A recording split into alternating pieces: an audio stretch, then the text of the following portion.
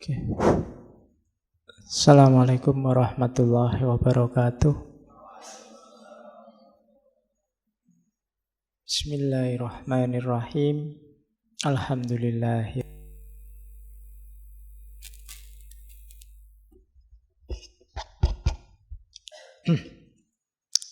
Wa bihi nasta'inu ala umurid dunya waddin. Allahumma sholli wa sallim wa barik ala habibina wa syafi'ina Sayyidina wa maulana Muhammadin wa ala alihi wa ashabihi wa man tabi'ahum bi ihsanin ila yaumiddin. Bismillah. Kita lanjutkan ngaji lagi, belajar lagi. Jangan lupa khitohnya ngaji ini ya memang belajar, bukan ceramah ya. Ya, kalau belajar itu kan kita bisa masuk kemana-mana apa saja. Tidak harus ditelan semua juga, tokoh siapapun. Saya sering bilang, yuk, setiap tokoh dengan gagasannya, dengan ilmunya itu bisa cocok sama kehidupan kita, bisa tidak cocok. Kita sendiri yang harus memilih. Tidak semua yang baik itu kompatibel sama hidupmu. Banyak hal baik yang mungkin tidak kompatibel, tidak cocok sama situasimu hari ini. Kajian-kajian tasawuf misalnya yang banyak menyuruh kita tawakal, banyak menyuruh kita pasrah pada Allah. Mungkin di bagian tertentu hidupmu hari ini sebagai anak muda kurang kompatibel, karena hari ini kamu butuhnya perjuangan, kamu butuhnya maju, kamu butuhnya progres. Bukan berarti salah, cuma situasimu hari ini belum memungkinkan itu. Oke, harus pas menaruhnya, termasuk tokoh-tokoh seperti yang kita angkat dari para filosof barat. Kemarin kita misalnya René Descartes itu, terus kamu, oh berarti apa aja dipertanyakan Pak? Ya, kalau pas lagi refleksi dalam hidup sehari-hari ya kamu capek kalau mempertanyakan apa saja, nanti malah tidak bisa hidup. Apa-apa ditakok sik. Ini benar apa enggak? Ini laptop beneran apa enggak? Hakiki apa enggak laptop ini? Ini yang ngono ya enggak habis-habis nanti itu. Ada momennya sendiri.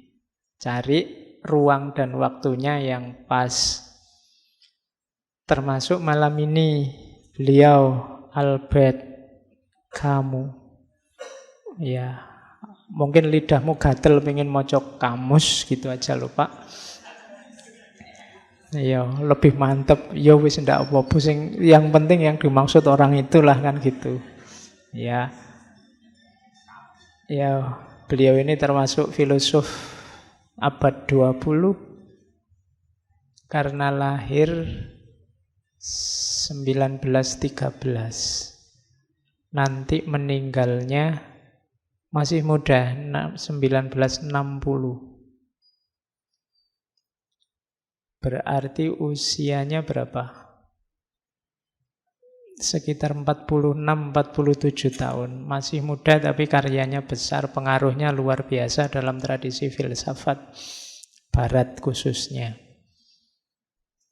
Beliau ini orang miskin sejak kecil, kelahiran Aljazair yang waktu itu masih dalam penguasaannya Perancis.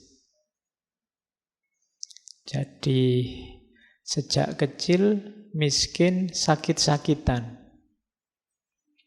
Kamu ini punya penyakit TBC sejak kecil.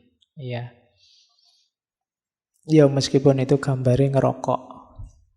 Tapi iya, tapi dia punya penyakit TBC ya enggak apa-apa, menikmati hidup kok. Iya. Cuma nanti beliau gagasan-gagasannya besar. Menikahnya 2 kali. Ya. Ada banyak surat-surat cinta ya dari kamu yang Kelihatannya diterbitkan juga belakangan dengan beberapa perempuan. Ya memang dari profilnya mungkin kelihatan ganteng ya. Wajah sana ndak kayak wajahmu. Ya, yang jelas kalau sama kamu kan hidungnya menang dia. Kita rata-rata pesek-pesek hidungnya. Oke. Tahun 57 beliau dapat Nobel sastra. 3 tahun sebelum meninggal. Dapat ini temannya Sartre, temannya de Beauvoir. Kemudian berarti 3 tahun setelah itu meninggalnya kecelakaan mobil. Jadi, tapi sudah sukses, sudah dapat Nobel, karya-karya besarnya banyak, kelihatannya banyak juga diterjemah dalam bahasa Indonesia novel-novelnya. The Stranger, Myth of Sisyphus, Caligula, dan lain-lain banyak. Beliau tidak suka disebut filosof, lebih suka disebut essayist. Jadi suka nulis essay. Meskipun ya gagasan-gagasan filsafatnya luar biasa. Banyak orang menganggap dia ini eksistensialis, tapi kamu sendiri tidak suka disebut eksistensialis. Dia merasa ada beda gagasan-gagasanku dengan kelompok eksistensialis. Meskipun bau eksistensialisnya ada. Oke. Pernah ikut Partai Komunis, tapi terus kemudian belakangan mengkritik juga, keluar juga dari Partai Komunis. Karena memang orangnya kritis. Bismillah kita lihat ya, kita malam ini belajar gagasan utama yang ingin ditampilkan kamu yang nanti dikenal sebagai absurdisme. Ini sebenarnya melanjutkan Kierkegaard.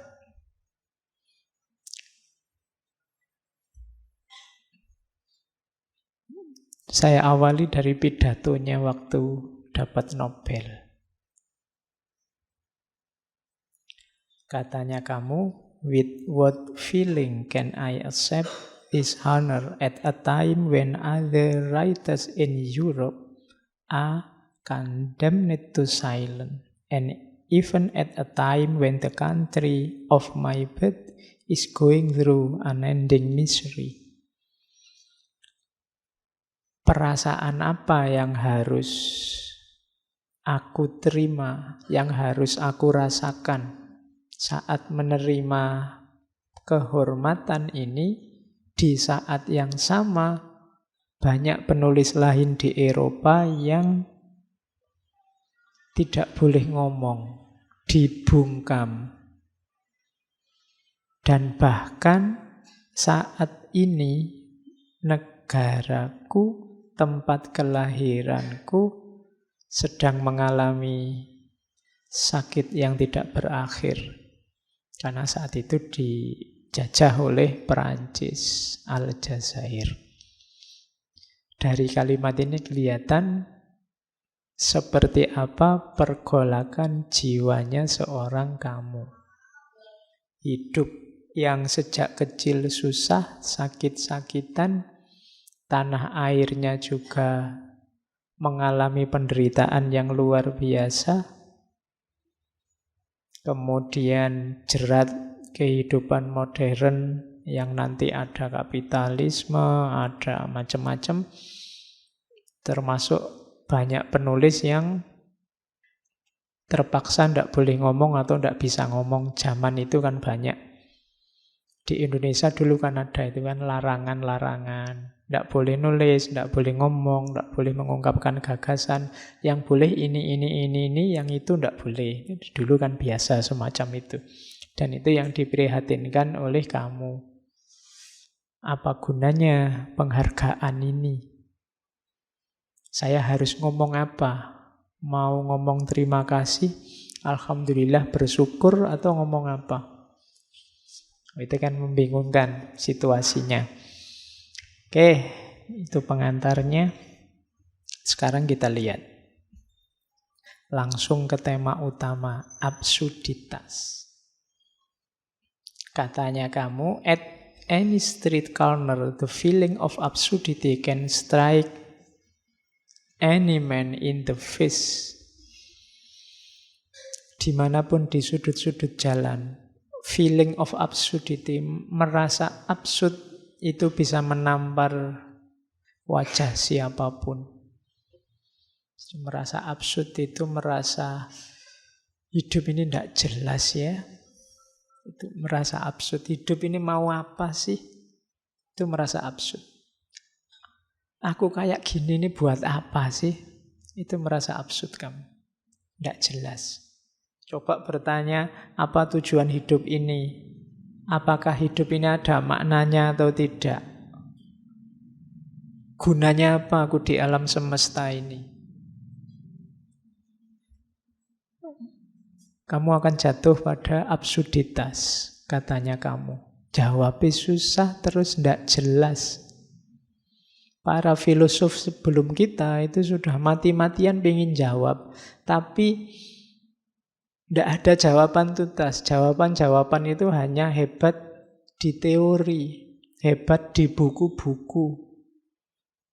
Kita belajar ratusan konsepnya para filosof, rasanya ya berhentinya di ajaran mereka saja. Hidup kita ya gini-gini saja. Itu contoh gambaran betapa absurdnya hidup ini.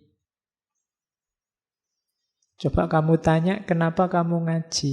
Tujuannya apa? Hasilnya apa? Yang kamu dapat apa? Nanti kan jadi absurd. Tidak jelas. Mungkin ikut-ikutan, mungkin pingin pinter, mungkin. Nah, itu tidak jelas. Muter yang tidak jelas itu absurd. Kayak orang tuamu bekerja mati-matian biar kamu bisa kuliah. Setelah kamu kuliah, targetnya kan terus kamu kerja, terus kamu mati-matian kerja demi anakmu lagi, biar anakmu bisa kuliah juga. Terus anakmu juga, dia dapat pekerjaan mati-matian, bekerja demi anaknya, nanti ya ngapain bulet? Semuanya berkorban demi anaknya. Lu yang sukses terus siapa? Itu kan absurd. Tidak jelas. Nah, itu yang disedihkan oleh kamu. Jadi katanya kamu, hidup kita ini tidak pernah kita minta, tidak pernah kita harapkan, tiba-tiba seperti ini. Kalau di bukunya kamu itu analoginya kayak bola. Bola itu kita tendang ke selatan, kadang ya jatuhnya malah ke timur.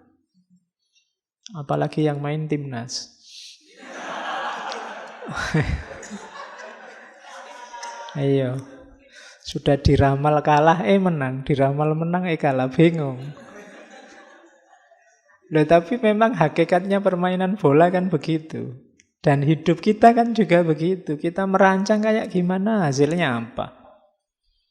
Jadi ada jarak antara ideal-ideal yang kita canangkan dengan kenyataan. Toh terus kita mati-matian memegangi ideal kita. Itu namanya absurd, katanya kamu. Oke. Ya termasuk nanti kritiknya pada agama. Cuma tidak boleh baper kalau dikritik. Kadang-kadang kita memang begitu. Kita teriak-teriak agama sumber kedamaian, ternyata dalam sejarah banyak bukti agama jadi sumber konflik. Yang kita gadang-gadang ternyata meleset. Itu juga jenis absurditas. Jadi hidup kita serba, kalau nanti diterjemahkan oleh para filosof eksistensialis kayak Heidegger, faktisitas. Kita selalu terlempar dalam fakta-fakta yang seringnya tidak cocok sama gambaran kita selama ini. Mungkin dulu kamu sebelum kuliah membayangkan besok kalau saya kuliah, mau rajin nulis, rajin baca, bikin tulisan banyak, Besok kalau saya kuliah, mau nyari pesantren, terus rajin tahajud, sambil ngapalin Quran dikit-dikit, sambil itu kan idealmu.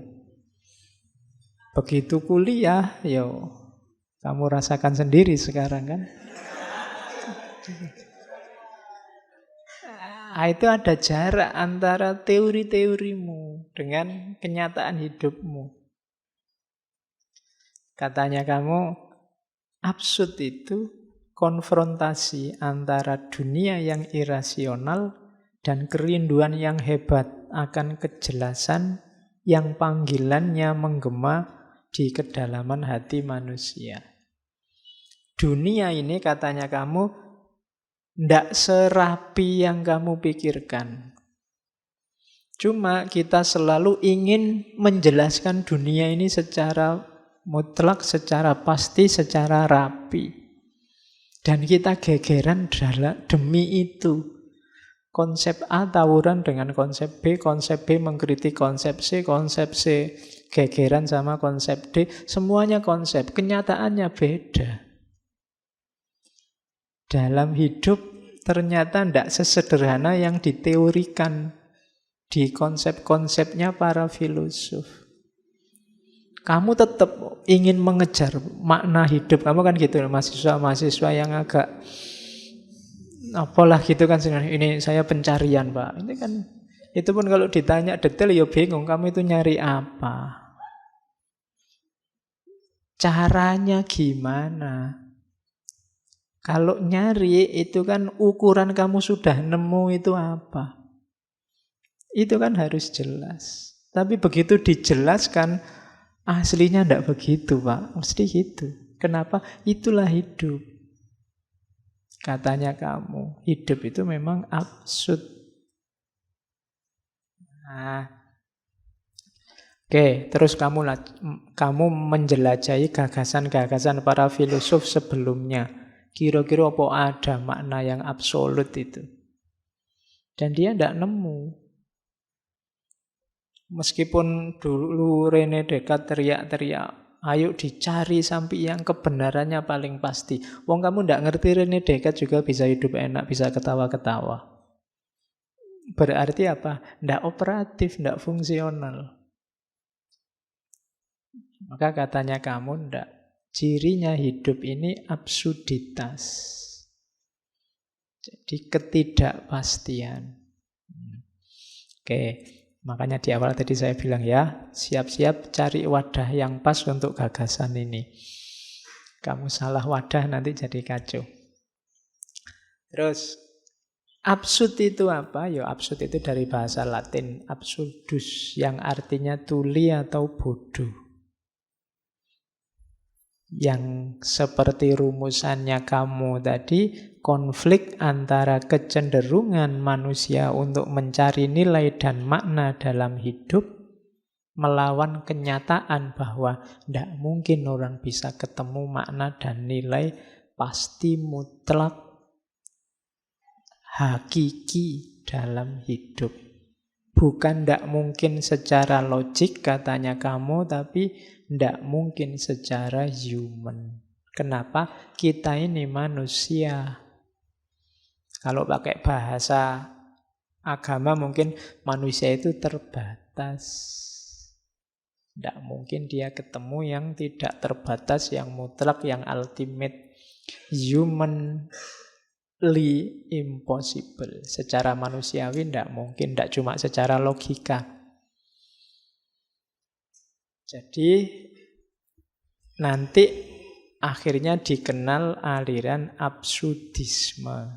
Satu aliran filsafat yang menyatakan bahwa upaya manusia untuk menemukan makna, ya terserah istilahnya apa, makna batin lah, makna dalam lah, makna yang tinggi lah, ultimate lah, puncak lah, monggo, tapi pasti akan gagal.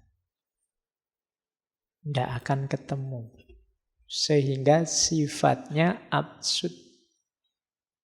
Ya kayak tadi, absurd itu hanya dalam konsep. Canggih kalau didengarkan, rapi kalau dipahami, tapi dengan kenyataan itu selalu ketemu pengecualian-pengecualiannya. Karena dunia ini kayak orang main bola. Bola itu arahnya kemana, datangnya dari mana, tidak bisa diramal. Oke, tidak jaminan kalau apa wis Barcelona melawan PSS Sleman misalnya pasti menang Barcelona. Itu tidak jaminan. Ya kalau Allah menghendaki kan gitu maumu kan. Jadi yo bisa aja yang menang PSS. Mungkin Barcelona ini tadi bingung iki bal-balan opo gini. Terus dia malah kalah. Bisa begitu. Hidup ini absurd memang. Jadi tidak usah kaget kalau klub idolamu yang kamu jago-jagokan kok kalah. Alasannya gampang. Yo hidup ini memang absurd. Ya, jadi santai saja, kamu tidak perlu galau. Oke. Nah, tadi kan feeling. Absurd itu yang kamu rasakan. Dari mana sih munculnya perasaan absurd itu? Yang pertama, konflik tadi ya, antara dunia manusia dengan pikirannya dan situasi dia yang tidak bisa lepas dari dunia. Kamu punya ideal-ideal. Sementara kamu tidak bisa lepas dari kenyataan hidupmu yang tidak cocok sama ideal yang kamu canangkan. Toh kamu tetap mati-matian berpegang pada ideal-idealmu. Nah, itu namanya absurd. Jadi ada clash antara cita-citamu dengan kenyataan. Pinginmu sih jadi dokter, kok yo daftar kuliah keterimanya di UIN Usuluddin misalnya. Itulah tabrakan sama sekali itu. Iya, wis ndak bisa gimana lagi, Bu. Kamu ngotot yang penting saya jadi dokter apa ya bisa. Ya paling mentok jadi dukun. Iya. Loh itu yang disebut absurd oleh ya. Kita kan inginnya ya contoh gampang misalnya sistem pemerintahan kita pakai demokrasi biar A, B, C, D. Nanti mungkin banyak anomali dalam kenyataannya. Dan itu biasa karena memang dunia itu absurd. Enaknya hidup itu gini loh Pak, bla bla bla bla. Tapi dalam kenyataannya pasti nanti geser, tidak sesederhana itu. Itulah nanti dari situ muncul perasaan absurd. Yang kedua, absurd itu bisa terletak pada inginmu memahami hidup ini sedalam mungkin, sehakiki mungkin, seluas mungkin, tapi kenyataannya tidak mungkin kamu bisa begitu. Kemampuanmu, wawasanmu, sejauh apa jangkauan ilmumu, ya pasti terbatas. Mau komprehensif tidak gampang. Wong kita ini manusia yang meruang dan berwaktu. Jadi sehingga yang kita pahami ya sejauh jangkauan kita. Itu pun kita merasa inilah hakikatnya hidup. Nah, itu namanya absurd. Yang kamu tahu kebenaran itu ya sejangkau wawasanmu hari ini. Itu pun kamu tetap merasa ya tetap ini Pak yang paling sejati. Padahal tidak. Itulah perasaan absurditas yang kedua. Oke, itu kalimat yang ketiga menjelaskan. Kodrat manusia yang seutuhnya menginginkan adanya penjelasan yang menyeluruh sifatnya. Sementara di lain pihak ternyata dunia telah menyembunyikannya dengan hanya menyajikan penjelasan tersebut setengah-setengah. Sehingga manusia terus mencari kebenaran hanya mendapatkan dunia yang masih terselimuti kabut misteri itu. Kalimat-kalimatnya banyak yang puitis karena kamu kan sastrawan. Iya. Cuma kalimat kayak gini kamu baca sekali itu susah dipahami. Karena ini juga kan terjemahan.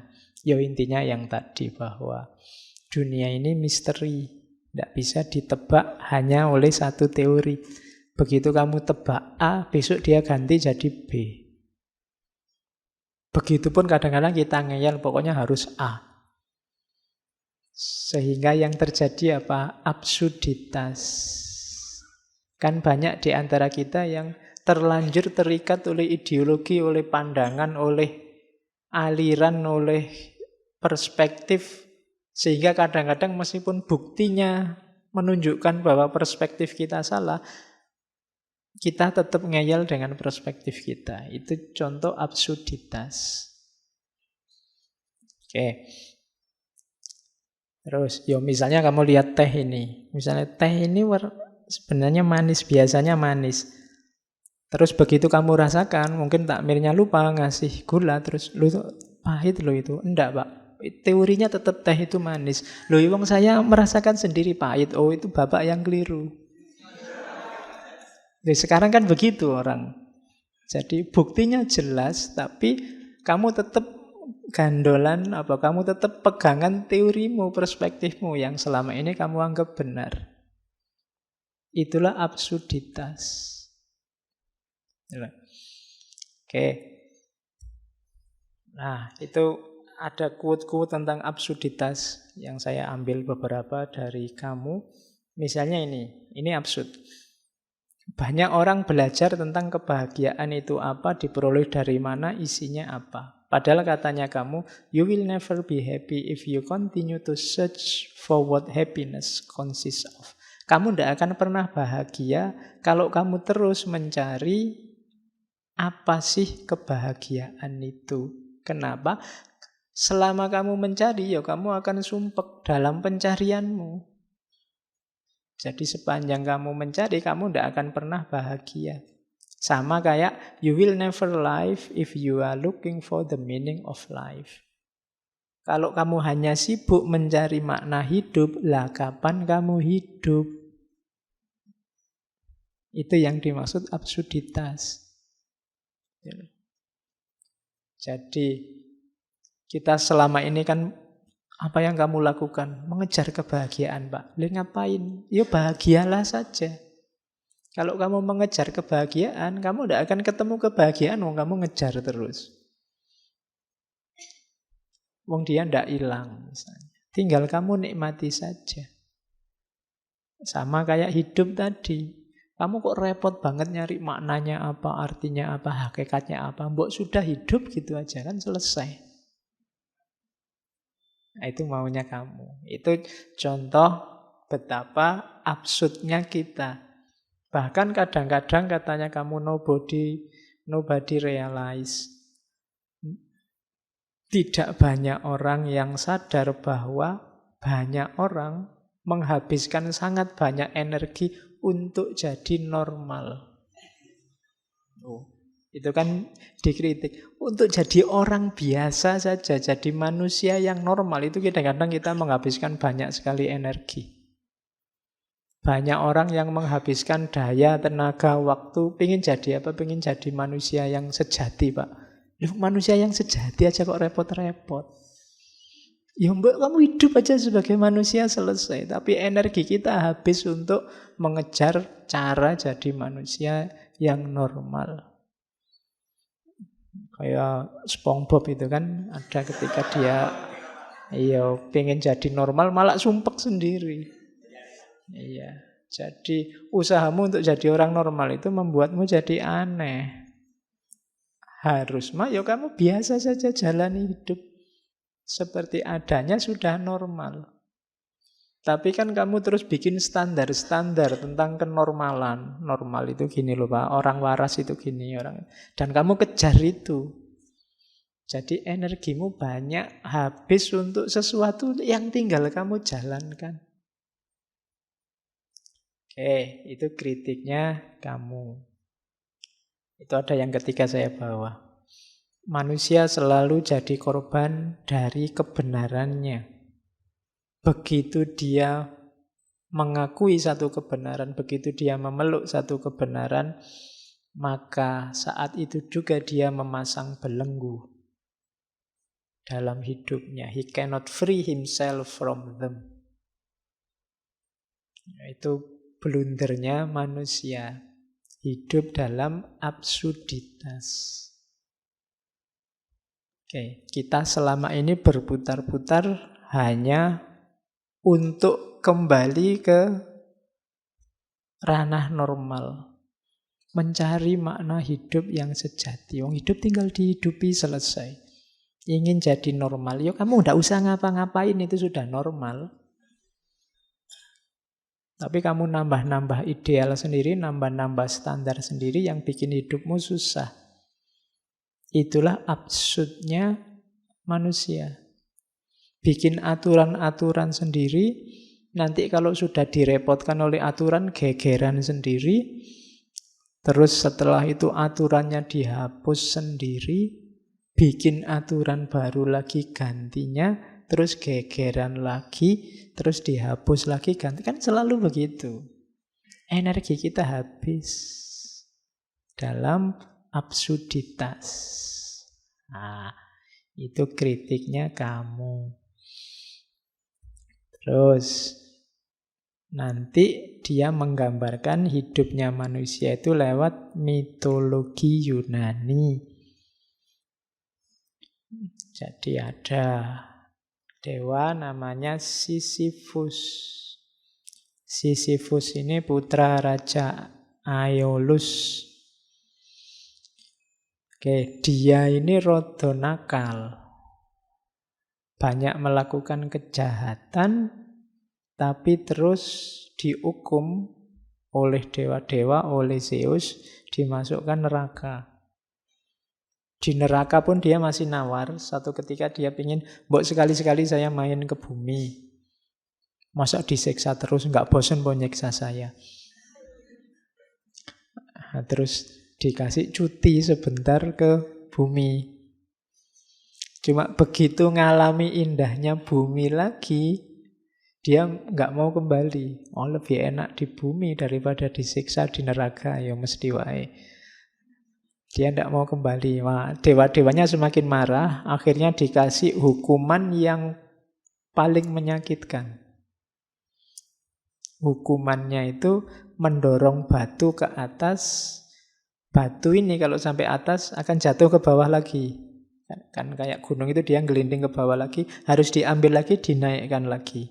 Dan nanti akan jatuh lagi, harus diambil lagi, dinaikkan lagi. Pokoknya susah payah naik, sampai atas gelinding ke bawah, jatuh. Dan hukumannya itu, sampai akhir zaman dia harus gitu terus. Pokoknya tidak ada akhirnya gitu terus. Nah, ini yang oleh kamu disebut absurditas. Hidup kita itu kayak gitu. Sudah capek-capek mendorong ke atas, nanti gelinding ke bawah. Kita turun lagi, kita dorong lagi ke atas, gelinding lagi ke bawah. Muter di situ terus. Katanya siapa, kita ini progres, wong bolak-balik. Problem zaman dulu sekarang lahir lagi dengan kemasan berbeda, isinya sama. Zaman dulu sudah debat tentang bentuk negara syariah ada di mana. Sekarang ya debat itu lagi. Zaman awal kemerdekaan, awal penjajahan juga sudah debat tentang itu, debat lagi. Jadi kita ini sering kayak Sisyphus, muter bolak-balik. Tadi pagi saya diskusi tentang Bung Hatta itu, ada yang bilang, wah pikirannya Bung Hatta itu hebat ya. Sampai hari ini masih relevan. Jangan-jangan bukan pikirannya yang masih relevan, kita aja yang naik kelas sejak dulu. Jadi nasihat dari puluhan tahun yang lalu masih bisa kita pakai. Jangan-jangan kita sejak dulu belum menyelesaikan masalah apa-apa. Problemnya ya tetap itu saja. Jadi dawuhnya para sesepuh masih relevan terus rasanya. Jadi kayak Sisyphus kita. Jadi problem lama muncul lagi, diselesaikan dengan itu lagi, muncul lagi, diselesaikan dengan itu lagi. Jadi ini hukuman yang paling absurd kan ini, menyakitkan, tidak ada akhirnya. Nanti akhirnya gimana? Tidak tahu. Just pokoknya begitu aja terus. Nah, itu mitosnya dikenal sebagai mitos Sisyphus. Katanya kamu, itulah harga yang harus dibayar manusia demi gairahnya hidup di bumi. Cuma, ini terus solusi dari kamu. Kita mulai ya lihat solusinya. Sisyphus ini tidak stres meskipun dihukum semacam itu. Beda sama Prometheus.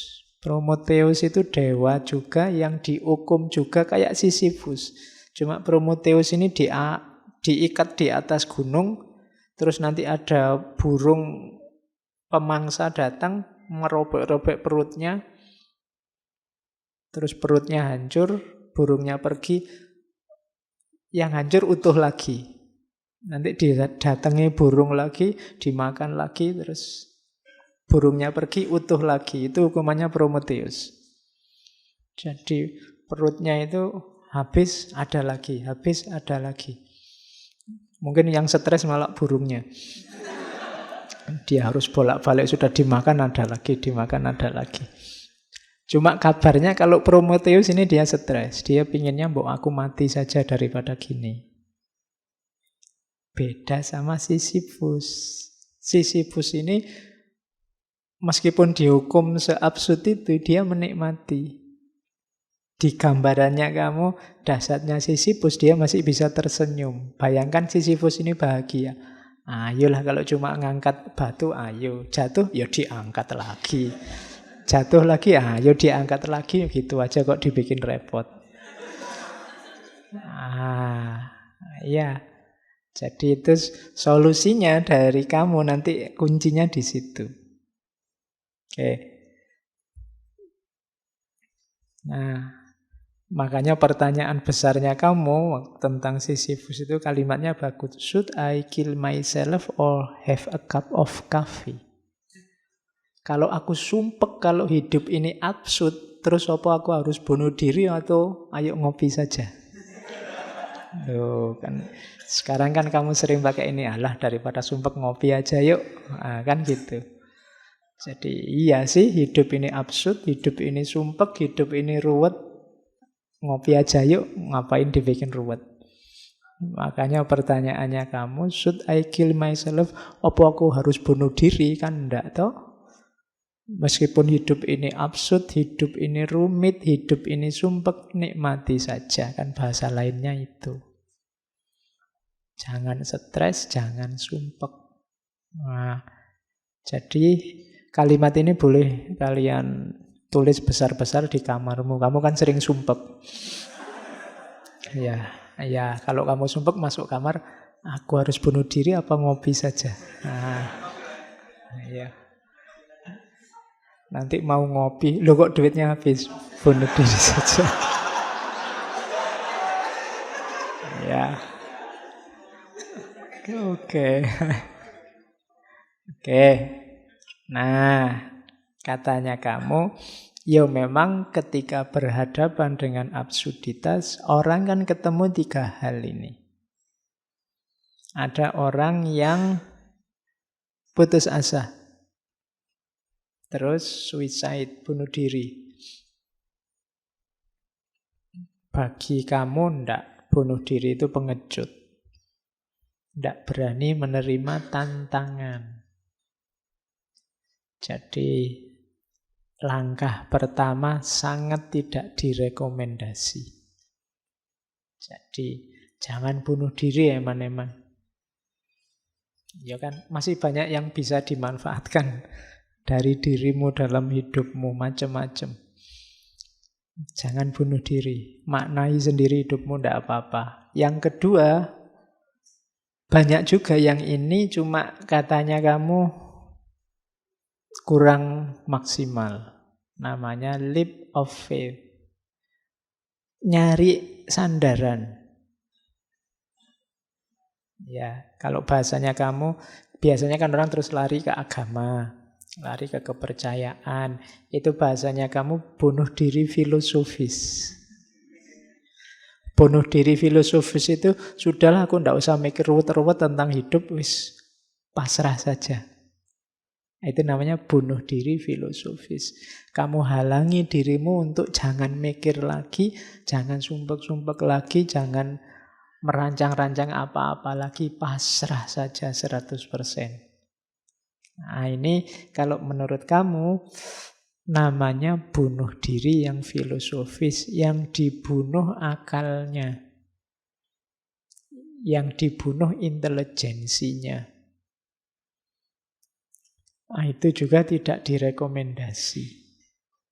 Jadi jalan yang kedua, menolak kemampuan individu untuk mencari makna secara rasional. Ndaklah, jangan buat pelarian. Ya, nanti agama jadi pelarian, Tuhannya jadi kambing hitam. Kalau ada apa-apa terus, ini kan sudah ditentukan oleh Tuhan. Itu namanya Tuhannya jadi kambing hitam. Ini tidak direkomendasi oleh kamu. Kamu maunya yang ketiga. Akui saja bahwa hidup ini memang absurd. Langkah pertama itu, terima saja absurditas itu. Itulah valid solution yang pertama. Kalau kamu tidak mengakui, tidak mau menerima absurditas, itu kayak kamu orang yang tidak berani menghadapi kehidupan. Kan kehidupan tadi cirinya absurd. Karena memang hidup itu cirinya absurd, kalau kamu lari dari absurditas tadi, kayak kamu lari dari hidup. Kayak Prometheus tadi, wis minta mati saja. Beda sama Sisyphus, dia bisa menikmati, tidak apa-apa. Loh, saya dihukum, iya wis ayo sini dihukum, tidak apa-apa. Dinikmati saja, ngelinding ke batu ke atas, jatuh lagi. Ya diambil lagi. Yang penting kan tidak mati, dia hidup terus. Bisa menaik turunkan batu. Nah, jadi pertama-tama langkah yang valid menghadapi absurditas itu katanya kamu, terimalah. Tidak usah disangkal. Tidak usah kamu nyari-nyari argumen untuk membantah bahwa hidup ini tertib, teratur, rapi, kita bisa menguasai dunia, mengontrol. Tidak bisa. Diterima saja bahwa hidup ini serba tak terduga, susah untuk dikendalikan, dan seterusnya. Diterima saja itu dulu. Oke, jadi hadapi absurditas itu. Jangan lari.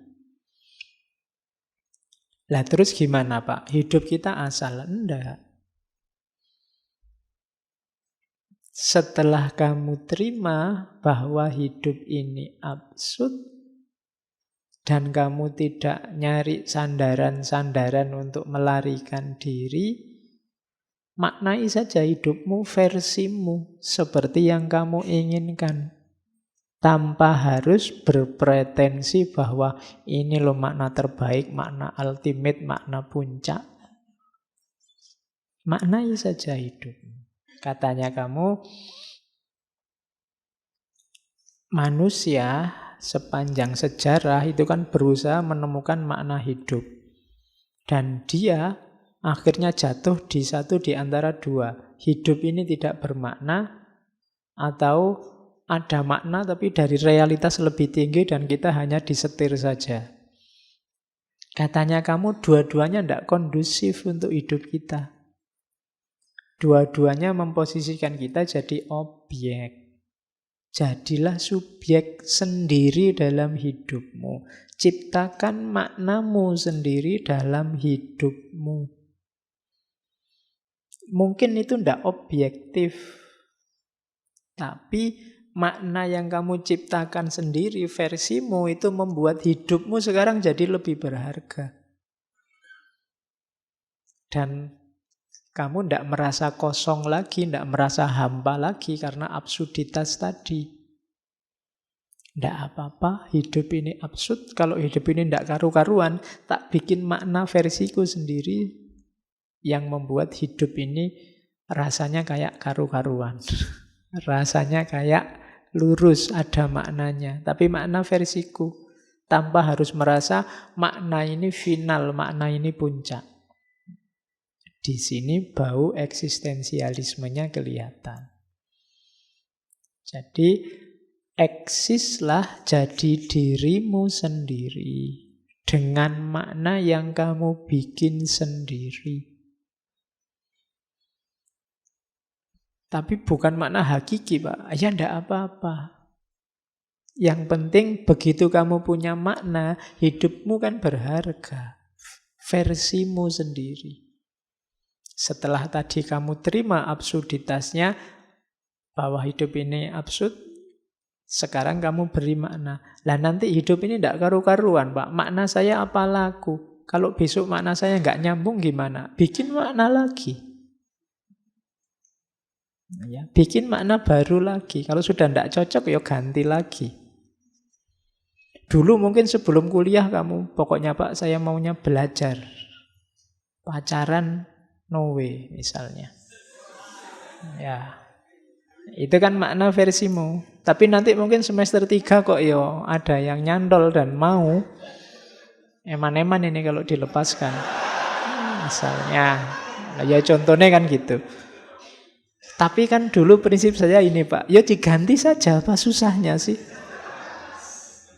Wong dulu prinsip kamu sendiri yang bikin. Sekarang diganti yang baru kan juga tidak apa-apa. Wong situasinya memang berubah. Mungkin dulu kamu membayangkan wajahku gini mungkin tidak terlalu laku lah paling. Mungkin. Ternyata laku juga misalnya. Ya diganti aja. Wong dulu makna itu kamu yang bikin kan. Prinsip-prinsip itu kan kamu yang membangun. Begitu situasinya ganti ya diganti saja. Kok dibikin repot?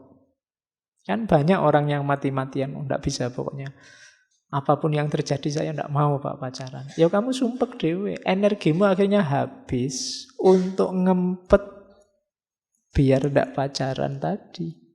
Hari ini kita banyak yang begitu. Demi prinsip. Itu diketawain sama kamu. Bukan saya loh ya. Ya. Jadi ndak terima saja hidup yang absurd itu. Kalau ada temenmu kok ngeritik, alah dulu katanya ndak mau pacaran, sekarang sama aja pacaran. Loh hidup ini memang absurd. Iya. Jadi ndak bisa dijelaskan hitam putih gitu loh. Kamu kan bisa menjelaskan gitu. Jadi dulu kamu punya prinsip itu karena bayanganmu tentang dunia ini, tentang realitas, tentang relasi itu seperti itu. Sekarang berubah situasinya. Jadi beri makna hidup versimu sendiri.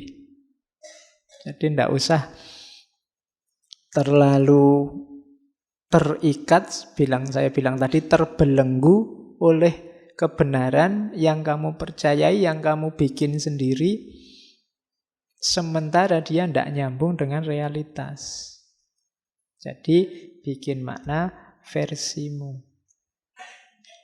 Nah, itu ada quotes dari kamu. I continue to believe that this world has no ultimate meaning. Aku selalu percaya bahwa dunia ini tidak punya makna puncak, makna utama.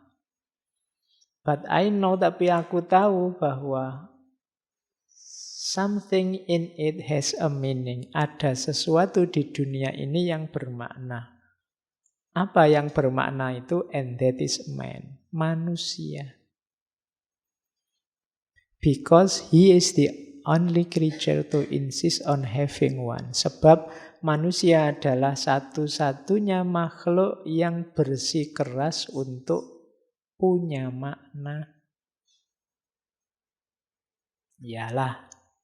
Menurutku sih makna puncak itu tidak ada. Kecuali makna itu ada di manusia. Karena manusialah yang memberi makna-makna. Yang membuat makna-makna. ngaji ini penting apa ndak, itu kan makna-makna. Perlu ndak ada minuman 2 semacam ini, itu kan makna-makna. Wong kadang-kadang diminum cuma 1. Kok selalu dikasih 2 misalnya. Tapi kan itu ada makna di sini, nggak sekedar matematika. Jadi yang punya makna-makna siapa? Manusia. Peristiwa ya sekedar peristiwa. Kitalah manusia yang menempelkan makna-makna. Jadi berarti apa? Makna itu adanya dalam diri manusia. Tidak di alam semesta. Jadi alam semesta ini puncaknya makna apa? Tidak ada. Karena yang nempeli makna-makna itu manusia. Ya sama tadi dulu kan waktu kita belajar filsafat bahasa semiotik itu kan, bahwa manusia itu makhluk yang bermain dengan tanda, dengan makna. Warnanya merah dimaknai berhenti, warnanya hijau dimaknai kualik ya. Merah berhenti, hijau jalan ya bener. Ya kadang-kadang sambil ngantuk ngomongnya kebalik.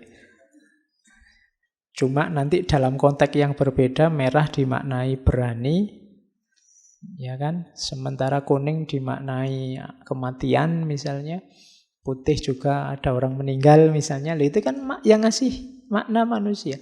Barangnya sih cuma bendera warna putih, tapi kadang-kadang dimaknai ada orang meninggal. Kadang-kadang kalau di sirkuit balapan ya berarti ada tabrakan. Kalau kan selalu begitu. Kalau lagi perang itu maknanya menyerah kan gitu. Itu kalau kamu tidak cerdas urusan makna-makna, kamu bingung hidup di dunianya manusia. Kalau kamu maknai pokoknya putih itu artinya menyerah. Nanti ada orang meninggal, wah ada yang nyerah nih berarti. Ya maknanya beda. Jadi itulah manusia, serba bermain-main dengan simbol. Kamu yang gundul, kamu yang gondrong, kamu yang rambutnya cepak, itu kan pasti memaknai. Saya filosof ya Pak, ya rambutnya panjang lah Pak, gondrong. Atau gundul, atau itu kan makna-makna. Barangnya sih ya itu, situasinya ya itu, tapi manusia yang ngasih makna. Maka hidup ini memang absurd, terimalah itu, tapi biar hidupmu berharga, maknailah versimu. Biar kamu eksis jadi dirimu. Itu maunya kamu. Terus, yang jelas jangan lari. Ini teorinya tentang illusion, act of illusion. Banyak orang yang melarikan diri dari absurditas. Tidak mau menghadapi. Biasanya larinya pada kepercayaan-kepercayaan, lari pada makna-makna yang dipandang universal, yang dipertahankan mati-matian meskipun tidak cocok atau tidak nyambung. Pokoknya harus ini maknanya, karena ini sifatnya universal, itu lari namanya. Sampean punya pandangan kayak gitu itu loh, ndak cocok. Sekarang situasinya berubah, ndak. Pokoknya harus ini. Nah, itu namanya lari. Tidak berani menghadapi kenyataan. Dan kalau orang lari dari absurditas, katanya kamu berarti dia ndak akan sanggup menghadapinya. Lari itu bisa macam-macam, ke agama, ke filsafat, ke tradisi, ke budaya. Yang meskipun mungkin tidak relevan, tidak cocok dengan situasi, dipegangi mati-matian. Nah, itu namanya act of illusion. Illusion bukan illusion ya, illusion. Pelarian. Banyak orang yang tidak sadar melarikan diri dari rumitnya hidup. Nyari nyaman dengan memegangi yang dia percaya, yang dia anggap benar, meskipun kalau mau jujur sudah tidak cocok lagi dengan kehidupan. Nah, itu kritiknya kamu.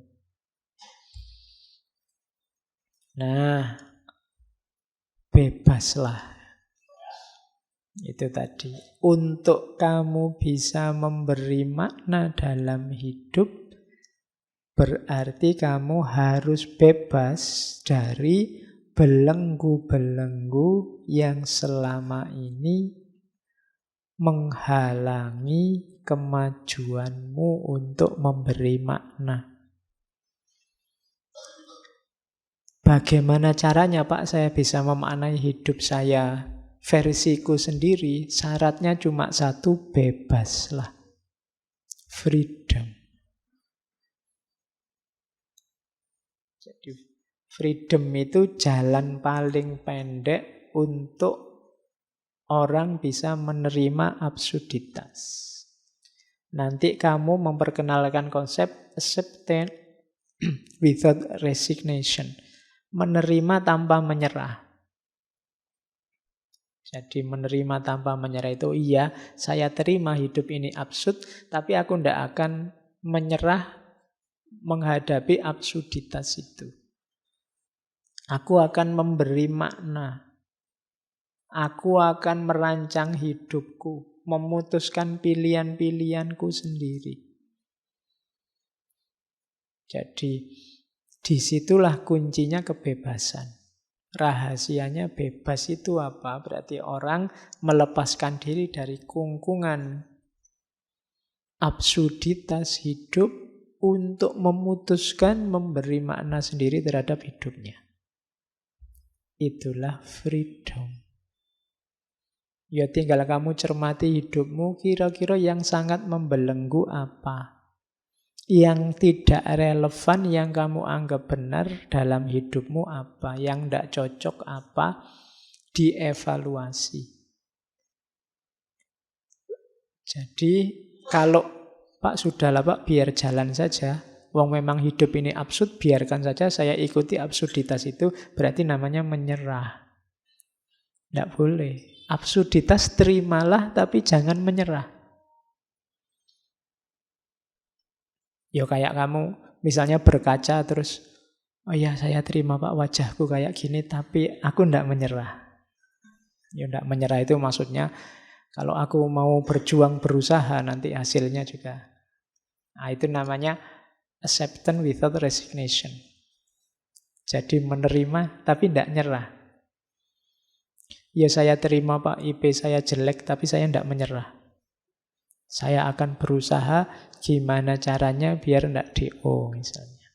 Nah, itu namanya acceptance without resignation.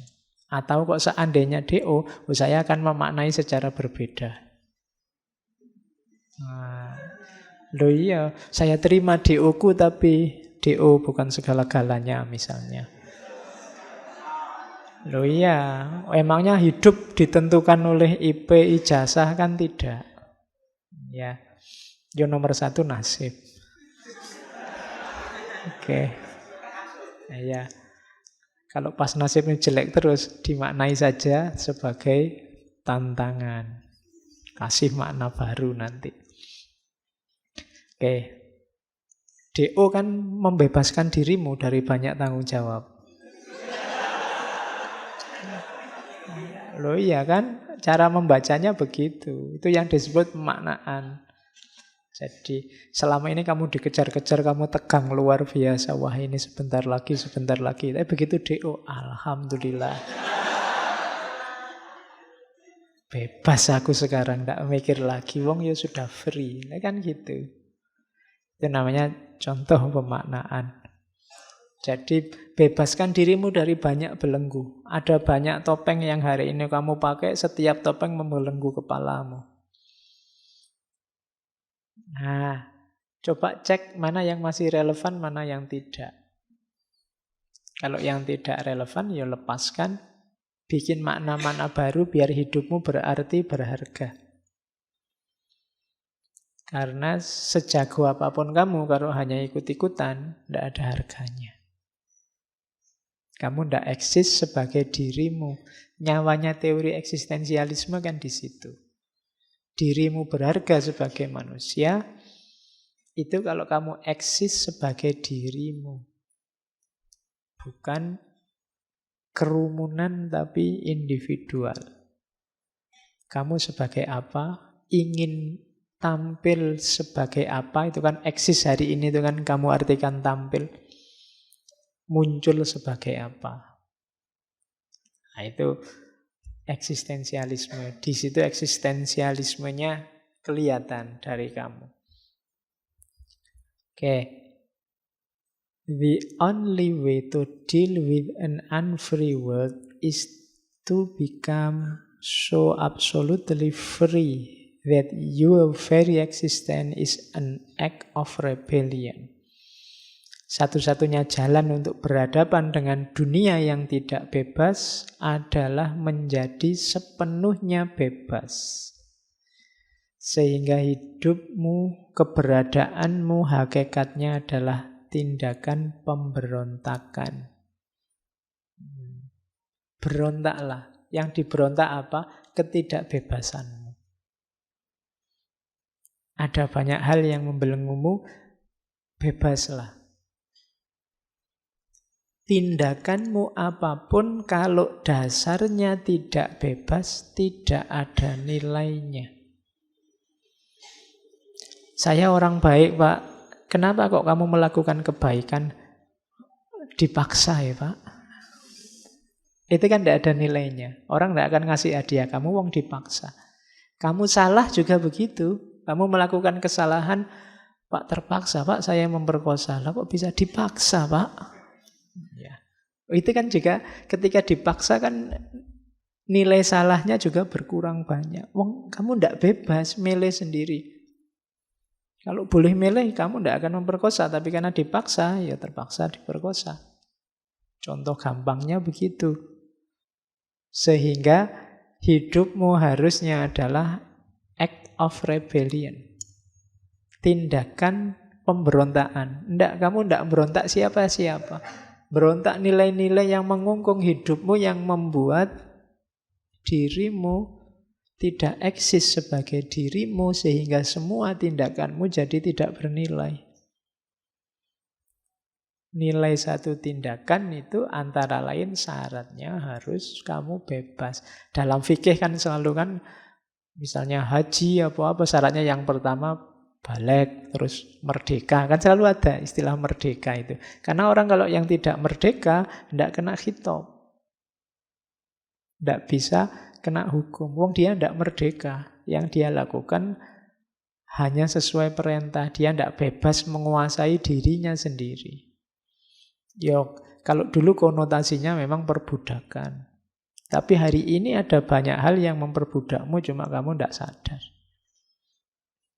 Nah, ya, nanti kamu renungkan sendiri. Sejauh mana kamu bebas, mandiri, menguasai hidupmu sendiri. Kenapa sih harus bebas? Katanya, kamu freedom is nothing but a chance to be better. Kebebasan itu tidak lain adalah kesempatan untuk jadi lebih baik. Biasanya ketidakbebasan itu menginginkanmu ada dalam status quo. Harus seperti saat ini yang begini. Itu biasanya terus kamu dipagar-pagari sehingga tidak bebas. Padahal hidup kita ini kan harus selalu berkembang ke arah yang lebih baik, lebih baik. Kalau bahasa hadisnya, yaumuhu khairun min amsihi. Ketika tidak lebih baik, berarti kita macet, mandek di kebenaran hari ini.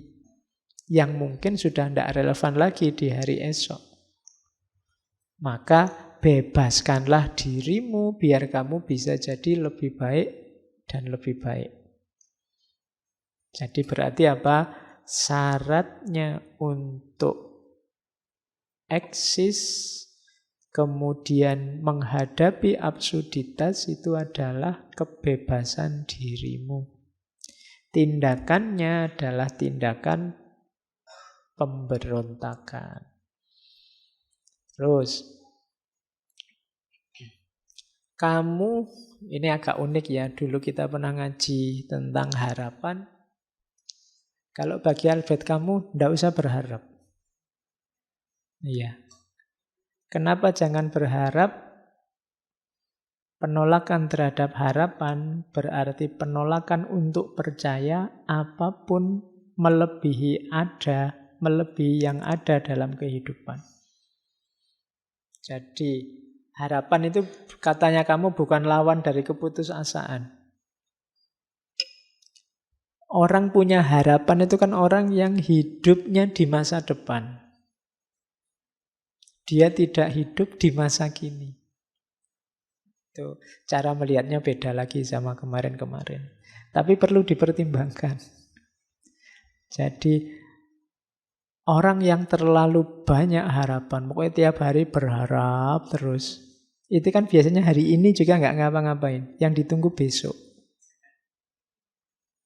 Tunggu saja besok. Tunggu saja besok. Kan mesti gitu. Saya baru saja bikin tulisan tentang gerakan Imam Mahdi mileniarisme itu. Masyarakat itu kalau sudah terpojok, tertindas, tidak punya solusi apa-apa, tidak punya jalan keluar apa-apa. Biasanya stuck terus menyerah. Dan yang dimunculkan ideologi harapan yang namanya Imam Mahdi mileniarisme itu.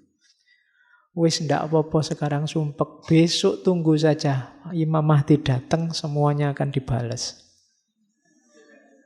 Kalau Ratu Adil datang, selesai semua konflik di Indonesia. Kan gitu.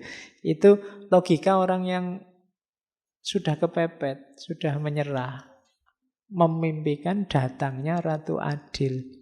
Nah, versinya kamu, makanya sudahlah, ndak usah mudah ditipu oleh harapan-harapan. Hiduplah hari ini saja. Jadi bisa kok kamu hidup tanpa harapan itu. Kenapa? Nikmati saja hari ini. Katanya kamu, harapan bagi seorang absurdis, orang yang berani menghadapi absurditas itu, katanya kamu adalah metode pengecut untuk lari dari absurditas. Tidak berani menghadapi masa kini, tunggu saja besok. Nah, itu kayak kamu kalah, gegeran sama temenmu, tunggu saja. Gusti Allah tidak tidur. Kan selalu begitu. Itu tanda-tanda kamu tidak bisa melawan sekarang. Tenang aja. Setiap tindakan ada balasannya. Itu logikanya kamu begitu. Sebenarnya tidak usah begitu, lawan saja. Tanding hari ini. Kalau hari ini kamu kalah, apa ya bisa diharapkan besok kamu pasti menang. Jadi berjuangnya sejak hari ini. Jangan menunggu besok. Perhatikan saja situasi hari ini. Dengan tanpa memiliki harapan, katanya kamu, orang akan termotivasi untuk hidup sepenuhnya di setiap momen peristiwa yang dia hadapi saat ini. Itu uniknya filsafat ya. Berpikir itu bisa dari banyak segi. Kamu mau nyari wajibnya orang punya harapan dengan haramnya orang punya harapan, itu sama-sama ada argumennya. Makanya tadi saya bilang tinggal cocokkan saja sama situasi hidupmu. Enaknya kamu punya harapan atau tidak yang kondusif sehingga nantinya melahirkan banyak kebaikan dari dirimu. Ya kamu sendiri nanti yang merancang. Kira-kira kamu perlu harapan apa enggak? Yang mungkin hidupnya penuh kegagalan, ya mungkin kamu butuh harapan biar enggak milih pilihan pertama tadi, bunuh diri. Sumpek, apa-apa gagal itu enggak apa-apa, mungkinnya punya harapan. Tapi yang sedang mengawali perjuangan, menurut saya tanding saja hari ini. Tidak harus ditipu oleh harapan-harapan. Itu kamu melihat yang nomor 2 ini. Terlalu banyak harapan membuat orang tidak fight. Jadi tidak mau turun ke gelanggang. Nah itu kalimatnya kamu. He who despairs of human condition is a coward. But he who has hope for it is a fool. Orang yang putus asa menghadapi situasi manusia hari ini itu pengecut. Dan orang yang punya harapan itu bodoh. Kalau ada waktu kamu cari novelnya kamu yang judulnya Strangers, orang asing. Itu isinya orang yang hidupnya cueknya pol. Ya memang judulnya orang asing. Kamu itu suka, kalau nulis novel itu tokohnya itu stranger, orang asing, outsider, dan yang sejenis itu. Jadi bukan aku atau kamu atau dia atau kita. Selalu posisinya orang asing. Nanti itu kan ceritanya seorang yang, ya pokoknya gambaran absurditasnya hidup itu nanti ada di kamus Strangers itu, di novel Strangers itu. Jadi orang asing. Isinya mungkin bagi kita yang sukanya hidup tertib, aturan moral, peduli sama orang lain, itu isinya tidak karu-karuan novel itu.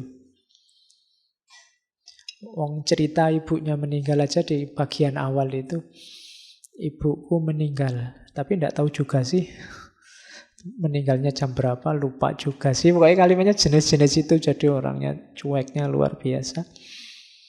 Nanti ada cerita dia bunuh orang juga, tapi ya tanpa ekspresi juga. Di penjara juga dinikmati saja penjaranya.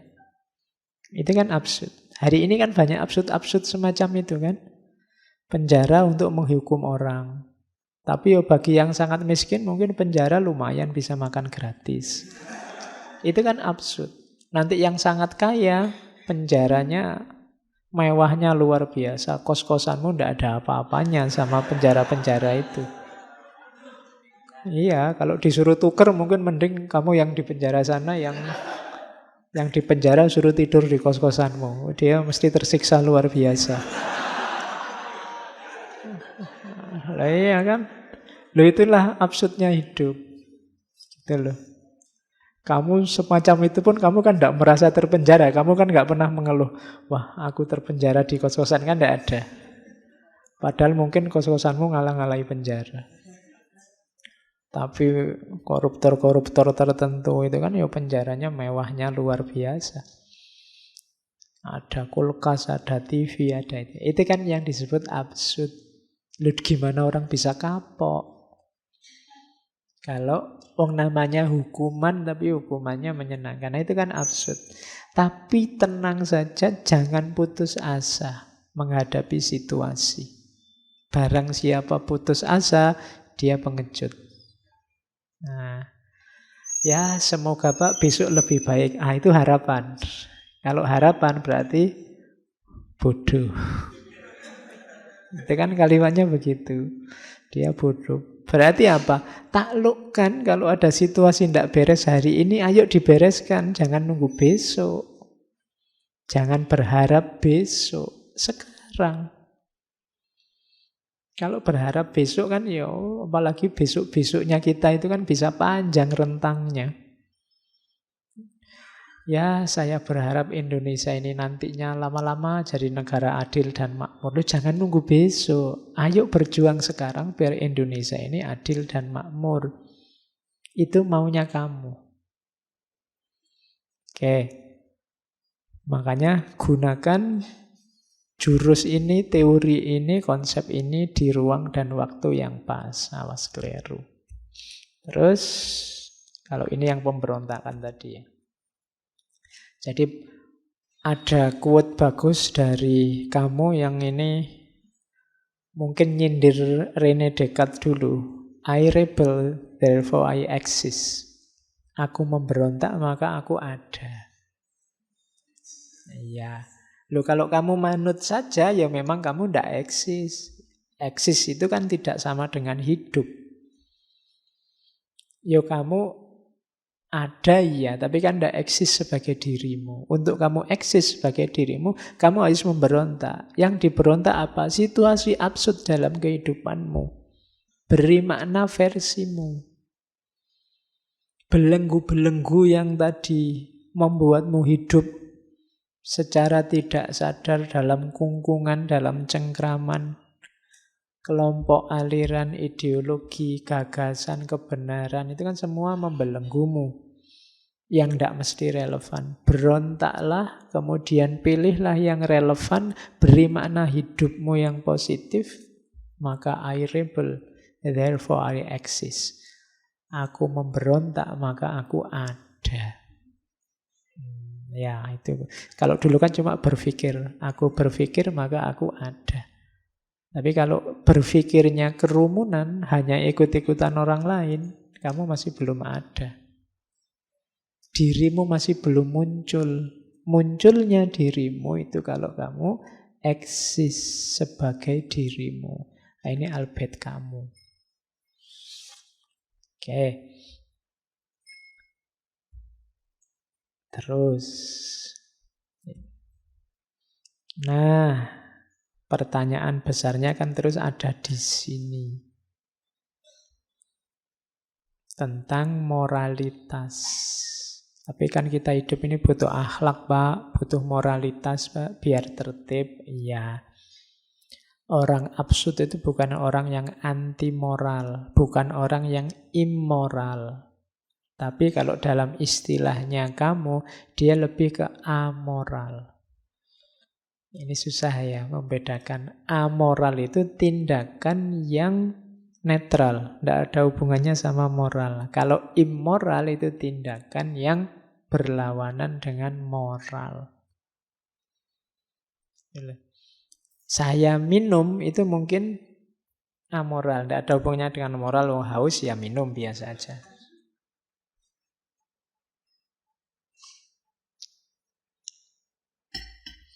Cuma kalau tehnya tak siramkan ke wajahmu, ya itu immoral. Menyakiti orang lain itu immoral. Kamu duduk itu ya amoral. Amoral itu ya itu belum ada hubungannya dengan moral. Kamu duduk saja. Pak, saya duduk, Pak. Iya. Tapi saya duduknya sambil nendangi teman saya yang di depan. Oh, itu baru amoral, immoral. Jadi ada amoral, ada immoral. Nah, amoral ini isilah dengan nilai-nilai moral versimu. Jadi, baik atau buruk, lihatlah ruang dan waktunya, kemudian ciptakan makna itu versimu. Sama. Disitulah nanti kelihatan integritas moralmu. Sama kayak tadi ya contohnya. Jadi kalau kamu melakukan sesuatu, hasil keputusanmu sendiri, termasuk dalam moral ini, perbuatan ini jadi bernilai. Tapi kalau dipaksa orang lain, hanya karena mengikuti, hanya karena apalagi komitmen tertentu yang mengikatmu, katanya kamu, ya itu belum disebut bermoral. Kamu seolah-olah terpaksa, bukan keputusanmu sendiri. Kamu tidak bisa disebut berintegritas. Integritas itu jiwamu tercetak sudah bermoral begitu dan kamu putuskan bermoral. Tidak cuma karena ikut-ikutan saja. Disitulah kamu disebut orang yang berintegritas. Dan cirinya lagi, lihat situasi. Jujur misalnya, kamu ngerti kapan harus jujur ngomong apa adanya, kapan harus pakai kembang-kembang retorika, karena lihat situasi. Bukan berarti kalau kamu nggak ngomong apa adanya, terus pasti kamu nggak jujur dan salah. Nggak. Ada situasi-situasi yang mungkin kamu nggak harus jujur. Kalau jujur, bahaya atau nggak sopan malahan. Misalnya kamu jenguk temanmu sakit terus bilang, waduh kalau kayak gini ndak lama lagi mesti sampean. Loh itu jujur. Cuma kan ya nggak usah ngomong di situ. Ya, temanku kemarin kayak gini 3 hari cumaan langsung. Iya. Kamu kan ndak mau dimarahi. Leo aslinya memang begitu kok. Kok saya dimarahi? Saya kan jujur. Iya, jujur. Cuma ruang dan waktunya tidak cocok. Kamu harus cerdas juga memutuskan. Kapan harus ngomong jujur, kapan situasinya tidak memungkinkan. Oke, kalau ada muridmu misalnya ndak pinter ya ndak usah dimarahi. Ah, kamu itu bodoh, pasti masa depanmu suram, pasti gitu. Iya. Ya kamu jujur sebenarnya, cuma kan ruang dan waktunya ndak cocok kamu ngomong begitu. Itulah integritas. Jadi ndak sekedar membuta mengikuti aturan, tapi kamu ngerti ruang dan waktunya yang pas. Itu maunya kamu tentang moralitas, menghadapi absurditas. Nah, kurang lagi. Tentang, ini diambil dari novelnya The Fall. Ini sindirannya kamu pada kita. Jadi manusia itu katanya kamu biasanya merasa dirinya benar. Harusnya dibalik. Sebenarnya setiap manusia itu punya andil dalam kesalahan. Orang kan selalu merasa aku yang benar, aku yang baik. Tapi harusnya setiap orang sadar bahwa begitu lahir kesalahan, dia juga turut andil dalam kesalahan itu, dia turut ambil saham dalam kesalahan itu. Meskipun katanya kamu bagian menghakimi, tidak boleh orang menghakimi kesalahan orang lain. Sadarlah bahwa kamu sangat mungkin melakukan kesalahan dan setiap orang juga begitu, tapi jangan menghakimi kesalahan orang lain. Jadi kita percaya diri kita yang benar, sekarang mulai digeser kalau versinya kamu, percayalah bahwa kamu mungkin salah. Itu efeknya luar biasa. Hari ini kan kita kadang-kadang agak sumpek lihat orang yang mengklaim bahwa aku yang paling benar, aku yang paling baik. Lebih kondusif katanya kamu, sadarilah bahwa aku mungkin salah, aku mungkin keliru. Itu akan lebih baik. Meskipun jangan menunjuk ke orang lain. Aku ya, bukan kamu. Biasanya kan kita kebalik. Jangan ngomong gitu, kamu mungkin juga salah. Kan selalu ke orang lain. Kebalik. Jangan terlalu percaya padaku, aku ya mungkin salah. Jadi pada diri sendiri. Itu teorinya tentang guilt and innocence. Manusia itu biasanya kecenderungannya ngakui bahwa aku yang benar. Yang ini nanti dalam banyak kasus sering jadi sumber masalah.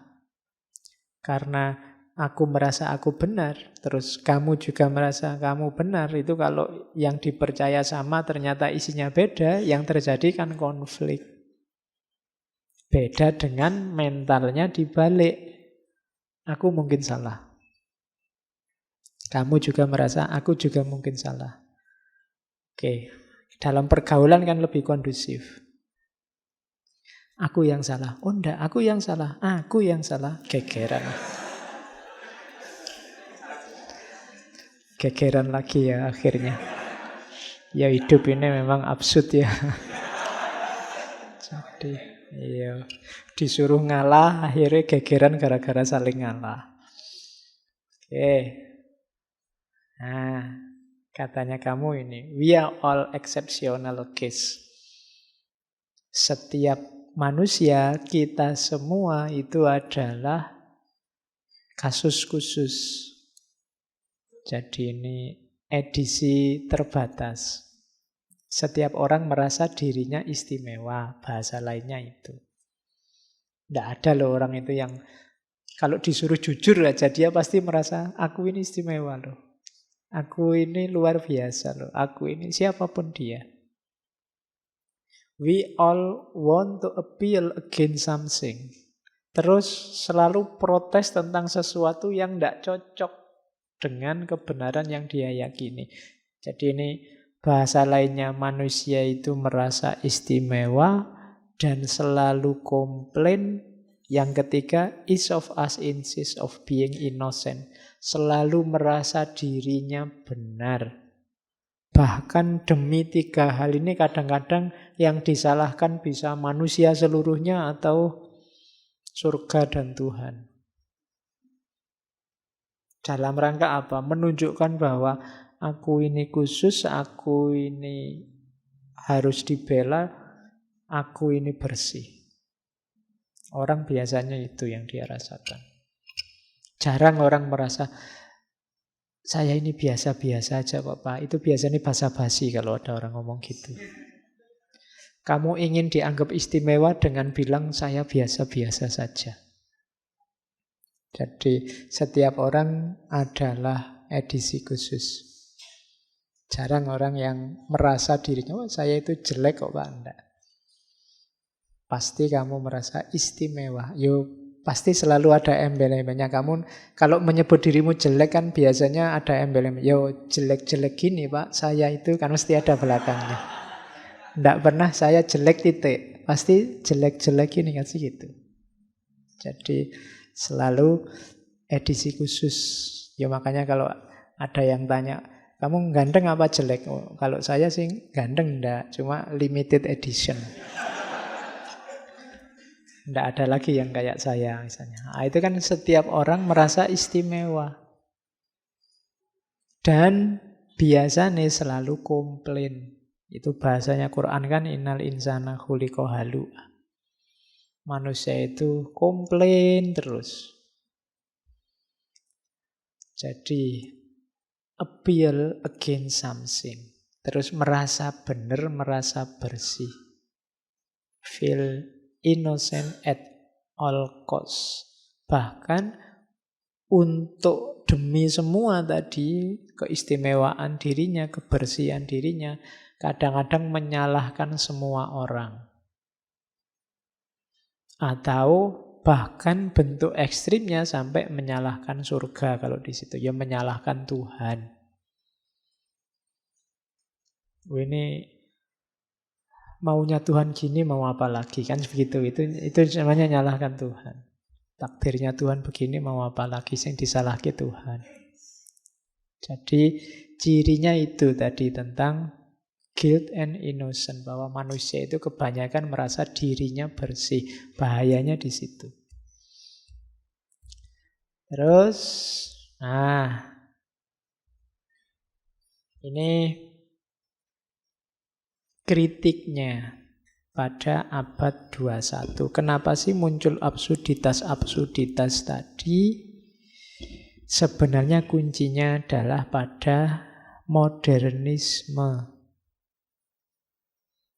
Jadi ini kritik yang disebut di hampir semua karya sastra Eropa awal abad 21, abad 20. Jadi budaya mekanisasi, budaya massa yang manusia jadi terasing dari dirinya, ada dehumanisasi.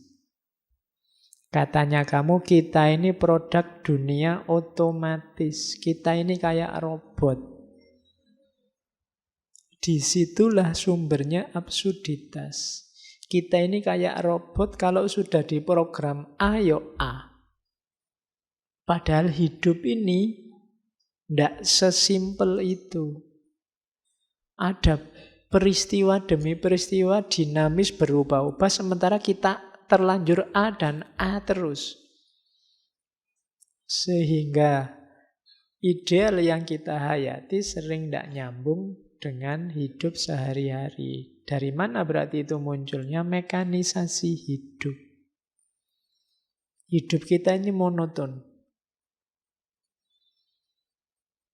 Sarapan jam 7, makan siang jam 12, makan malam jam 7 malam. Dan kita kan ajak begitu. Pokoknya sehari makan 3 kali, Pak. Meskipun nanti di sela-sela jam makan itu bisa nyemil, bisa macam-macam. Kadang sudah makan berat, ada ketela, ada jagung. Lu kan belum nasi, Pak. Waktunya makan. Pokoknya mekanis hidup kita itu. Tidur jam sekian, bangun jam sekian, nanti kuliah jam sekian. Nggak luwes. Mekanisasi hidup. Ya contoh yang lain banyak. Rutinitas-rutinitas yang menjebak. Kenapa menjebak? Karena kadang-kadang mungkin tidak relevan lagi itu dijalankan, tapi dipaksa harus begitu terus. Ngaji ini emangnya harus malam Kamis? Kok tidak bisa malam Minggu misalnya? Apa tidak bisa malam Jumat? Ya memang biasanya malam Kamis, ya malam Kamis aja lah Pak. Itu jebakan-jebakan cara berpikir modern. Rutinitas. Ya sementara malam Kamis ya tidak apa-apa.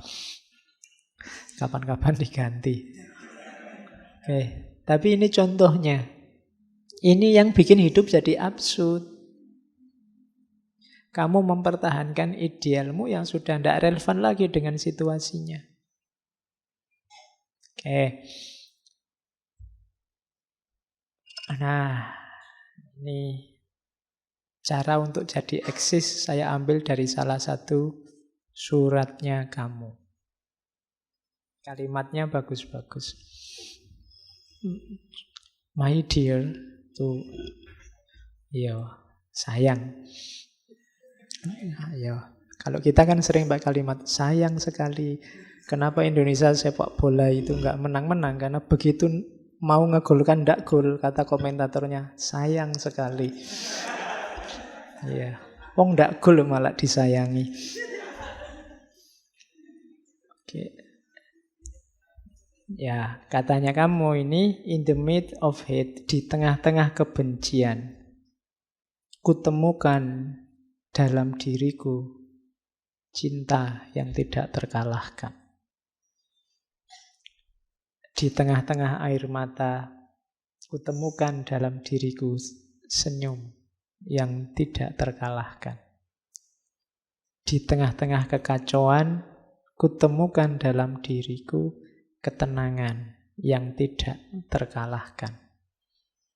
Aku sadari melalui semua itu bahwa di tengah-tengah musim gugur, kutemukan dalam diriku musim panas yang tidak terkalahkan. Dan itu membuatku bahagia. Karena apapun yang terjadi, betapapun kerasnya dunia ini menekanku, dalam diriku ada sesuatu yang lebih kuat, sesuatu yang lebih baik, yang melawan balik, menekan. Oh, itu ngirim surat cintanya unik ya. Tapi isinya dalam. Ini membuat orang jadi tangguh. Dunia ini memang absurd. Banyak sekali kebencian, banyak sekali air mata, banyak sekali kekacauan.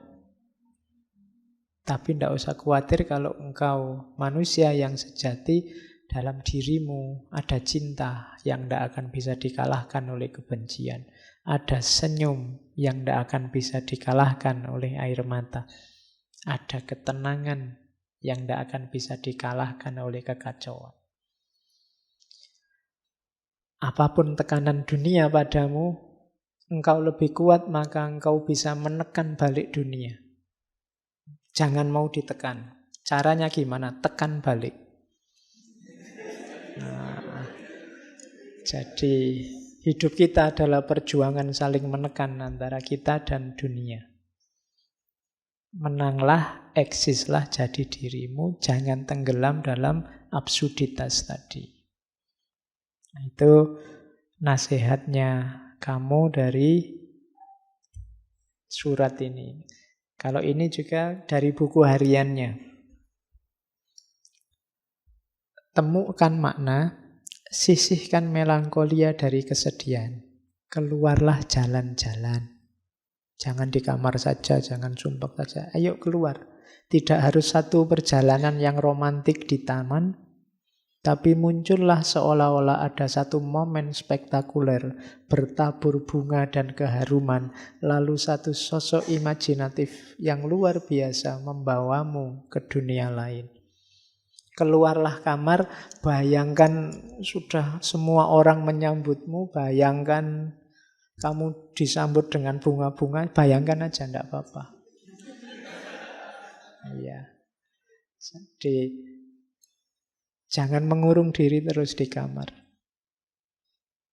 Tidak harus satu perjalanan yang membuatmu berkali-kali terlahir kembali. Temukanlah makna yang tidak pernah terbayangkan oleh kepala siapapun yang lain. Jangan takut menghabiskan waktu bersama dirimu sendiri. Tidak peduli nanti menemukan makna atau tidak. Curilah waktu dan berikan sepenuhnya secara eksklusif kepada dirimu sendiri. Nikmatilah hidupmu, bahagiakan dirimu. Curilah waktu. Ya, hari ini orang menyebutnya me time. Ya, tidak ngerti isinya apa me time itu. Pokok intinya senangkan dirimu. Harus ada waktu untuk itu. Nikmatilah privasi dan kesendirianmu. Itu bukan berarti membuat dirimu antisosial atau menolak dunia. Namun engkau perlu bernafas dan perlu menjadi dirimu sendiri. Hidupmu mungkin berat, sumpek. Isinya tekanan demi tekanan. Orang tua tanya kapan lulus, dosen ngasih tugas makalah tidak selesai-selesai. Duit habis, temenmu cerewet, itu kan tekanan demi tekanan. Kamu isinya stres terus. Keluarlah jalan-jalan. Nikmati hidupmu. Beri kesegaran untuk hidupmu. Engkau diberi Allah amanat pertama-tama itu kan ya tubuhmu sendiri. Jiwa dan ragamu. Jangan dibikin susah. Harus ada waktu. Ambil nafas dan menikmati diri. Jangan mau ditaklukkan oleh dunia yang absurd. Carilah makna. Ketemu syukur, tidak ketemu, nikmatilah hidupmu. Kan gitu. Syukur-syukur kamu ketemu makna yang tidak pernah orang lain ketemu yang kayak gitu dan kamu dapatkan. Nah, itu sarannya kamu. Jadi dia hidupnya sejak kecil sumpek, maka dia tahu cara menyemangati orang untuk tidak menyerah menghadapi banyak kesulitan. Terus ada beberapa lagi quote yang saya bawa. Ini tips-tips untuk tidak jatuh dalam absurditas. Yang pertama ada quotes, people hasten to judge in order to not to be judged themselves. Orang-orang itu biasanya ingin cepat-cepat menghakimi orang lain. Kenapa? Biar tidak dihakimi.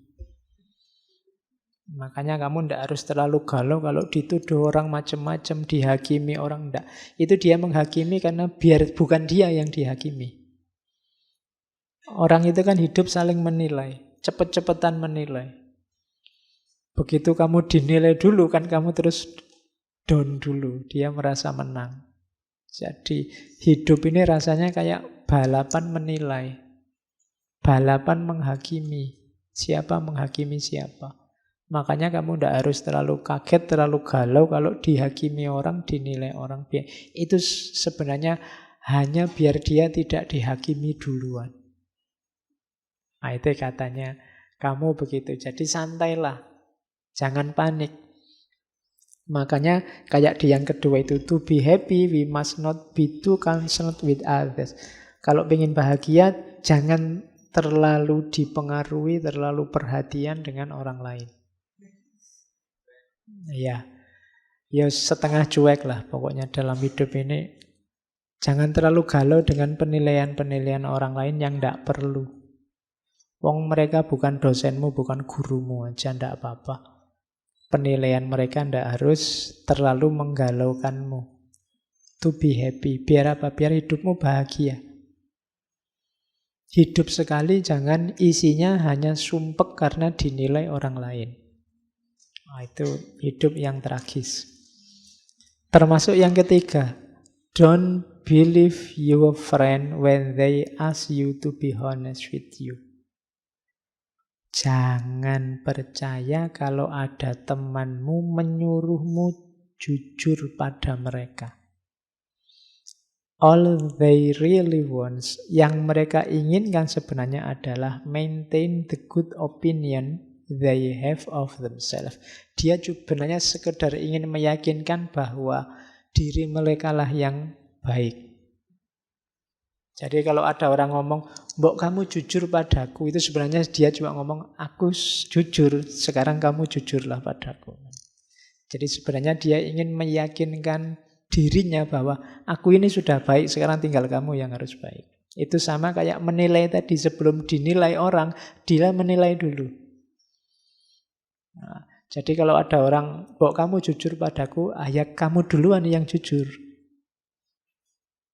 Jadi kalau memang niatnya menjatuhkan teman, ya jangan terlalu diambil galau. Don't believe your friend. Itu pokoknya di level ini itu kamu ngajak gegeran ini sama orang lain. Kenapa? Karena orang lain sering ngerecoki hidup kita. Meskipun nanti belakangan kan ada moralitasnya. Ya enggak sekedar ini. Cuma antara lain ini. Karena di sekeliling kita banyak orang yang ingin eksis tidak dengan cara mengeksiskan dirinya, tapi dengan cara menjatuhkan temannya. Sehingga eksistensi dia menunggu temannya jatuh apa enggak. Kalau temannya jatuh baru dia muncul. Nah itu hati-hati menghadapi orang yang semacam ini. Ada lagi, kalau ini beda tema. I don't want to be a genius. I have enough problem just trying to be a man. Aku tidak ingin jadi orang jenius. Aku sudah cukup sumpek banyak masalah dengan berusaha untuk jadi manusia saja. Nah, ini maksudnya apa? Kita sering nambah-nambah ideal tadi. Saya ingin jadi manusia yang jenius. Oh, itu nambah sumpek lagi. Jadi manusianya saja sudah susah, kamu nambah lagi jadi manusia yang jenius. Saya ingin jadi manusia yang berguna bagi nusa, bagi bangsa, bagi agama, bagi orang tua. Sumpek lagi kamu. Berguna bagi orang tua aja susahnya luar biasa, kamu tambahi lagi. Cukup jadi manusia sudah memusingkan. Apalagi nambah-nambah beban lain-lain macam-macam. Nah, itu kritiknya kamu. Terus kalau ini kebalikannya, ngajak berteman. Kalau tadi kan ngajak musuhan. Don't walk in front of me, I may not follow. Don't walk behind me, I may not lead. Walk beside me, just be my friend. Ya, jangan berjalan di depanku, mungkin aku tidak akan mengikutimu. Jangan berjalan di belakangku. Aku tidak akan mengarahkanmu, aku tidak akan memimpin kamu. Berjalanlah di sampingku, jadi temanku saja. Ini bisa kamu pakai kalau waktu mau nembak. Ya, iya kan? Yo. Jangan jalan di depanku, jangan jalan di belakangku, di sampingku. Oh. Jadilah temanku. Nah, ya.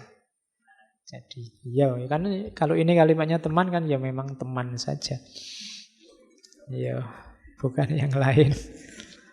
Nanti jawabannya ya kan teman aja kan? Ya. Maunya kan memang cuma teman. Oke. Kalau ini untuk para dosen. Ya, some people talk in their sleep. Lecturers talk while other people sleep. Ini kamu loh, benar dia bilang gitu. Mungkin dia pas lagi ngajar itu mungkin mengalami ini. Banyak orang yang berbicara waktu tidur. Tapi hanya dosen yang berbicara sementara banyak orang tidur. Ya. Ngaji ini kan juga gitu. Dosennya ngomong dhewe, kalian tidur sama cengenges-cengenges sejak tadi. Oke, jadi some people talk in they sleep, lectures talk while other people sleep. Ini nanti kamu bawa, kasihkan dosenmu biar dosenmu seneng. Oh iya ya, kadang-kadang gini.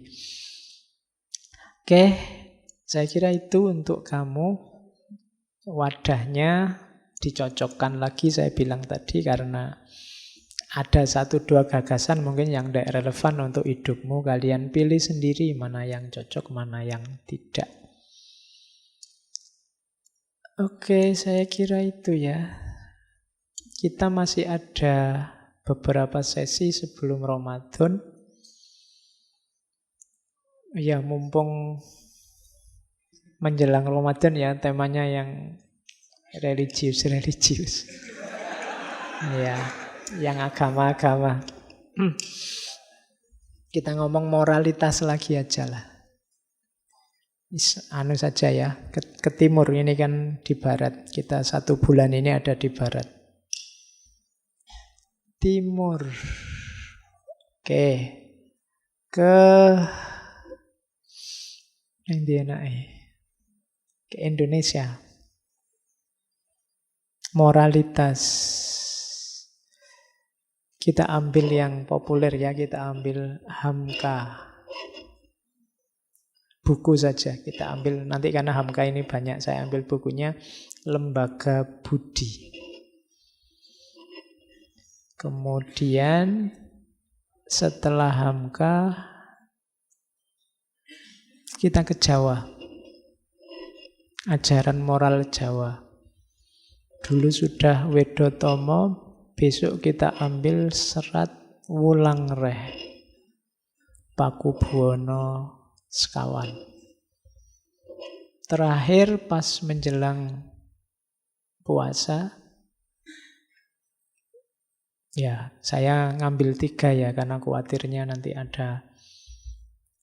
kita harus ngambil jeda sebelum puasa. Takmirnya mungkin harus kerja bakti, bersih-bersih.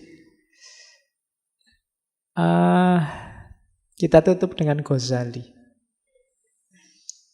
Kita ambil 1 kitab Al-Kashfu wa Tabyin. Ini membahas orang-orang yang tertipu. Isinya tentang orang-orang yang merasa dirinya baik, merasa dirinya benar, ternyata tertipu. Itu Al-Kashfu wa Tabyin. Jadi bulan depan kita tobat. Iya, kita belajar moralitas timur. Yang lurus-lurus kita ketemu Hamka, kita ketemu Pakubuwono, kita ketemu Ghazali. Setelah itu puasa.